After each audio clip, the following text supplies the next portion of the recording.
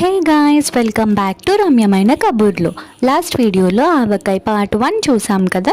So ఈ వీడియోలో measurements చూద్దాం. మేము 20 మామిడికాయలకి 3 గ్లాసెస్ ఆఫ్ కారం, 3 గ్లాసెస్ ఆఫ్ ఆవపిండి అండ్ 2.5 గ్లాస్ ఆఫ్ సాల్ట్ తీసుకుని అదంతా బాగా కలుపుకున్నాం.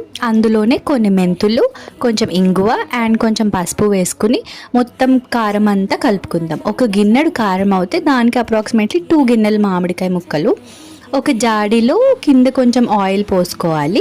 ఆ తర్వాత కొంచెం కొంచెంగా కారం తీసుకుని దాంట్లో ఆయిల్ వేసుకుంటూ కొంచెం కొంచెం కలుపుకుంటూ కొన్ని ముక్కలు తీసుకుని ఇలా దానికి కారం అంతా పట్టేలాగా చేసి జాడీలో వేస్తూ ఉండాలన్నమాట.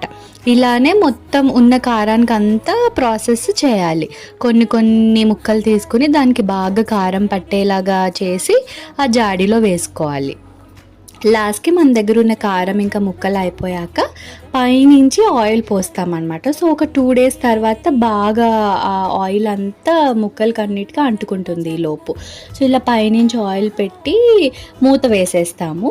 ఒక 2 days తర్వాత దాన్ని మళ్ళీ తీసి కలిపినప్పుడు బాగా సాల్ట్ అంతా కరిగి అండ్ ఆయిల్ కూడా మొత్తం ముక్కలకి బాగా పట్టి ఇలా తయారవుతుంది అన్నమాట 2 days తర్వాత.